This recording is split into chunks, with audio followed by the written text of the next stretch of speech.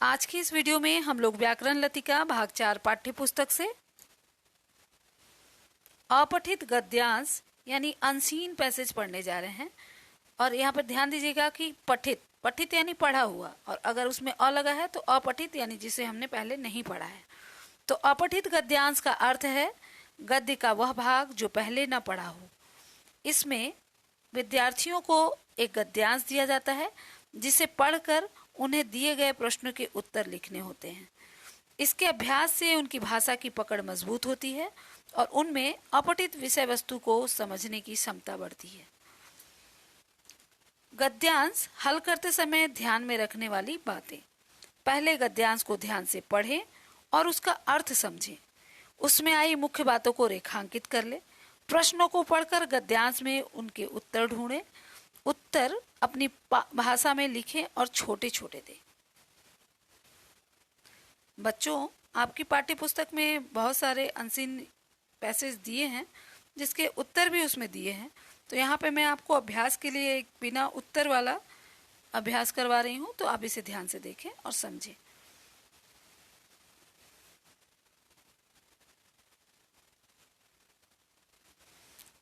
अब आपकी बारी। फक्षित नीचे लिखे गद्यांशों को ध्यान से पढ़ें, दिए गए प्रश्नों के उत्तर लिखें।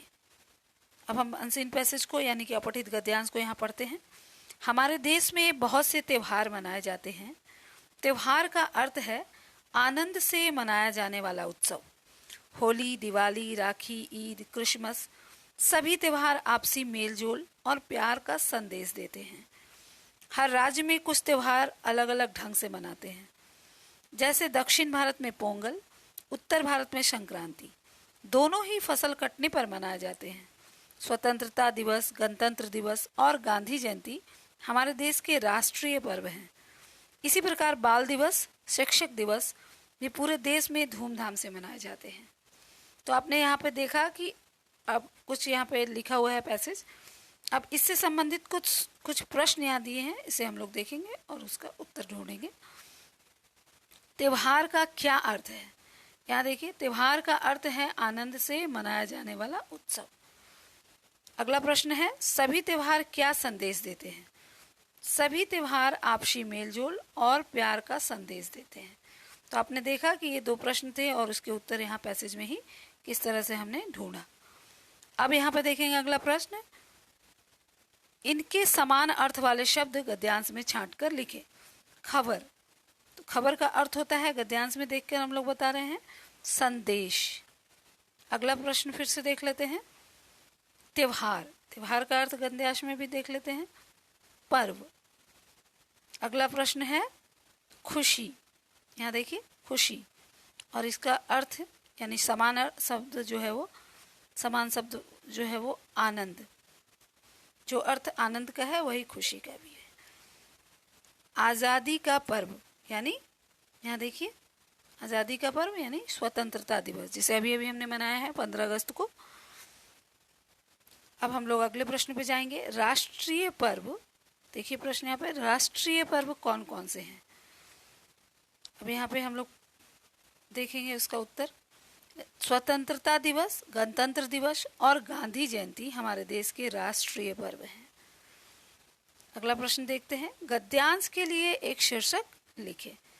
तो हम लोग देख रहे हैं कि हम लोग इसमें त्योहार के बारे में पढ़ रहे हैं, तो हम इसका शीर्षक त्योहार भी रख सकते हैं, भारतीय त्योहार भी रख सकते हैं और त्योहार का महत्व भी लिख सकते हैं। आओ दोहराएं। इसको हम लोग फिर से दोहरा ले कि पहले गद्यांश को ध्यान से पढ़ें और उसका अर्थ समझें। उसमें आई मुख्य बातों को ध्यान को रेखांकित कर ले। प्रश्नों को पढ़कर गद्यांश में उसके उत्तर ढूंढें और उत्तर अपनी भाषा में लिखें और छोटे छोटे दें। तो मुझे उम्मीद है कि आपको अपठित गद्यांश यानी अनसीन पैसेज अच्छे से समझ में आ गया होगा। तो अपनी पाठ्यपुस्तक में और भी जो अपठित गद्यांश दिए हैं, जिसके उत्तर दिए भी हो, उसे भी आप बनाने का प्रयास करें, अभ्यास करें।